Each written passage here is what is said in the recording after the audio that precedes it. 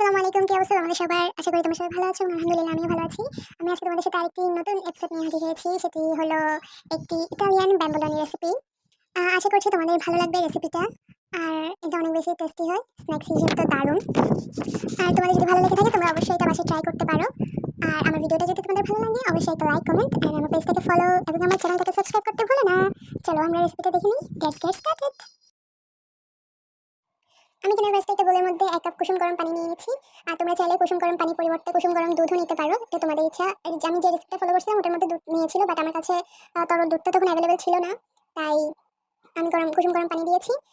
আর পানিটা কিন্তু খুব বেশি গরম করা যাবে না, হালকা গরম করলেই চলবে।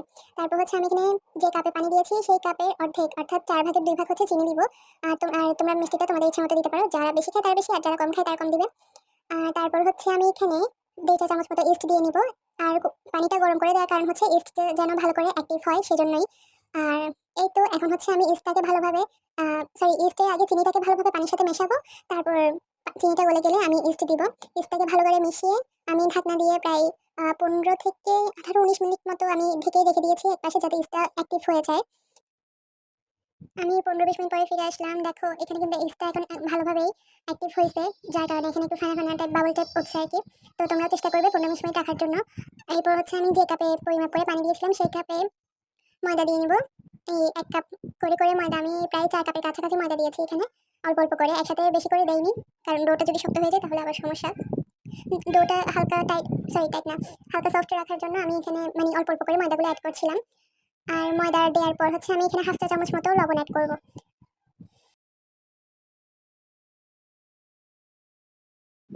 লবণ দেওয়ার পর এখন ময়দা লবণটাকে ভালোভাবে ইস্টের সাথে মিক্স করে নেব। আর এটা কিন্তু খুব ইম্পর্টেন্ট, ভালোভাবে মেশানোটা। আর যে কোনো কিছুতে মানে মাখার জিনিসে অথবা ডো টাইপের কিছুতে যদি ভালোভাবে মিক্স না করা হয় তাহলে কিন্তু তুমি যেটা বানাতে চাচ্ছ সেই জিনিসটা পারফেক্টলি হবে না। তো এটার বেসটা কিন্তু মেইন ইম্পর্টেন্ট। তো তারপর হচ্ছে আমি এখানে দেখো একটু পরপরই ময়দা দিয়ে নিচ্ছি 1/2 কাপ করে। এইভাবে হচ্ছে টোটাল 4 কাপ মতো ময়দা লাগছে আমার। আর তোমরা যতটুকু বানাতে চাও ততটুকু পরিমাণ মতো সবকিছু দিয়ে অ্যাডজাস্ট করে নেবে। এরপর হচ্ছে আমি এখানে 2 টেবিল চামচ মতো গুঁড়া দুধ দিয়েছি, তোমরা চাইলে তরল দুধও দিতে পারো, এটা তোমাদের ইচ্ছা। আর যদি চাও যে দুধটা স্কিপ করবে তাহলে কোনো সমস্যা নেই, না দিলেও চলবে। আমার আজকে গুঁড়া দুধ বলো বা তরল দুধ বলো দুইটারই সংকট পড়ে গিয়েছে, বয়ামে লাস্টে 2 চামচ মতো ছিল, ওগুলাই আমি ঢেলে দিয়েছি। এরপর আমি হাতে কিছুটা তেল নিয়ে এখানে হচ্ছে ভালো করে মিশিয়ে নিব। তোমরা চাইলে ডোটা রেডি করার পর উপরে তেলটাকে লাগিয়েও রাখতে পারো, যাতে উপরে ডোটা ড্রাই না হয়ে যায়। বাট এভাবে মিশিয়ে নিলেও কোনো সমস্যা নেই। মিশিয়ে নেওয়ার পর ডোটাকে ভালো করে ময়ান দিয়ে একটা সফট ডো রেডি করার পর আমি হচ্ছে এটাকে 1 ঘন্টা মতো রেস্টে রাখছি। 1 ঘন্টা, হ্যাঁ 1 ঘন্টাই। 1 ঘন্টা একটু আগেও খুলে দেখতেছি এটা পারফেক্টলি শেপে ফুলে গিয়েছে। আমি আরেকটু লেট করে হচ্ছে পরে নামিয়েছি আর কি। তোমরা দেখতেই পাচ্ছ এখানে আমি যে ডোটা বানিয়ে রেখেছিলাম এটা 1-1.5 ঘন্টা পর নেওয়ার পর এটা কিন্তু ফুলের ডাবল হয়ে গিয়েছে, অর্থাৎ এটার মধ্যে মানে প্রচুর পরিমাণে বাতাস ক্রিয়েট হয়েছে। এখন এটাকে পাঞ্চ করে করে এটা পেট থেকে বাতাসটা বের করতে হবে। তারপর এটাকে হচ্ছে ভালোভাবে আবারও একটু মথে নিতে হবে, যাতে করে এটার ভিতরে যে এক্সট্রা বাতাসগুলো আছে ওগুলো যেন বের হয়ে যায়। তারপর এটাকে দেখো আমার আমার হাতে এক হাতে মোবাইল ছিল আর এক হাতে হচ্ছে আমি ডোটাকে আবার একটু মাখছিলাম। এরপর সামনে একটা মুড়ির বয়াম দেখলাম, ভাবলাম ওটার উপর রেখে এই ভিডিওটা করি। গরিব বলে আজকে একটা স্টেইন্ড নেই ফোনের। যাই হোক, এত দুঃখ করে লাভ আছে বলো? যা আছে ততটুকুই আলহামদুলিল্লাহ। তারপর যে প্রসেসটা এটা একদমই ইজি প্রসেস। মূলত এই রেসিপিটাই অনেক বেশি ইজি মনে হয়েছে আমার কাছে। তারপর এটা হচ্ছে জাস্ট ডোটা থেকে পরোটার মতো লেচি কেটে নিতে হবে। লেচি সবগুলা কেটে নিয়ে আমার 9টা টোটাল লেচি হয়েছিল। আর ওগুলা হচ্ছে একটু সামান্য পরোটার লেচিটা থেকে একটু বড় রাখার চেষ্টা করবে তোমরা। আর তারপর হচ্ছে এটাকে কিছুক্ষণ মানে একটা কেটে আরেকটা তৈরি করতে করতে এটা প্রথমগুলো একটু একটু ফুলে ফুলে উঠবে। আর তোমরা চাইলে এটাকে সব লেচি কেটে নেওয়ার পর আরো 5-10 মিনিট চাইলে এটাকে ঢাকনা দিয়ে থেকে রেস্টে রাখতে পারো। আমি ওটা করি নাই, আমি ডিরেক্ট চলে গিয়েছি ভাজাভুজি করতে।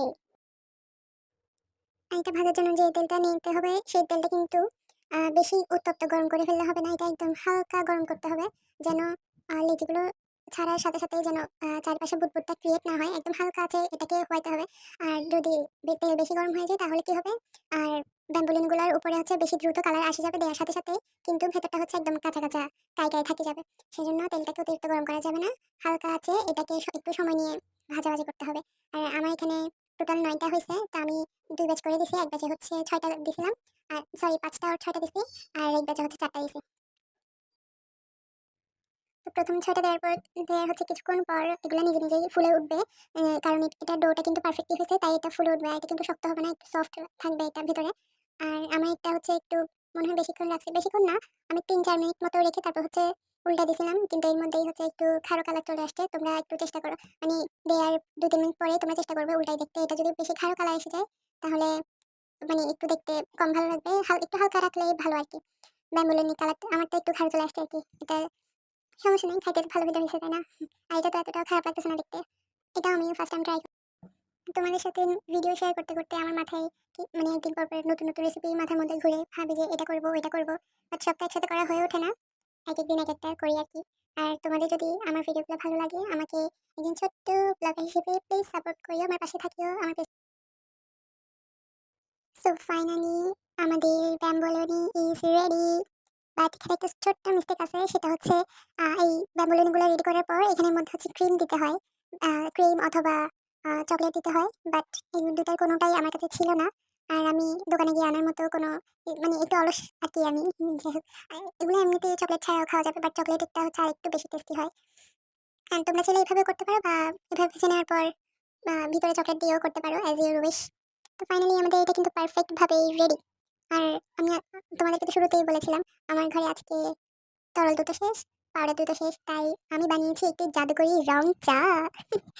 এই রং চায়ের রেসিপিটা আমি খুব সুন তোমাদের সাথে শেয়ার করব। আর এই রং চায়ের কালার এমন কেন হয়েছে এটা ওই রেসিপিতেই জানতে পারবে তোমরা। তো কি আর করার, নতুন রেসিপির সাথে আরেকটা মানে এটা ধরতে গেলে একটা ইউনিক রেসিপি হয়ে গেছে, ব্যাম্বোলিনির সাথে রং চা। তোমরা চাইলে ট্রাই করতে পারো, কিন্তু খারাপ না, ভালোই লাগছে। রং চাটা হালকা টক মিষ্টি মিষ্টি, আর ব্যাম্বোলিনিটা তো মিষ্টি। সো ইয়া, আর এটা কিন্তু অনেক বেশি সফট হয়েছে। আম্মু এখানে তোমাদেরকে ছিঁড়ে দিয়ে দেখাচ্ছে।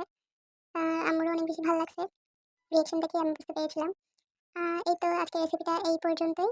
তোমরা যারা এক্সপার্ট আছো আমার রেসিপিতে যদি কোনো ভুল ত্রুটি হয়ে থাকে তোমরা প্লিজ আমার ভুলটা শুধরে দিও।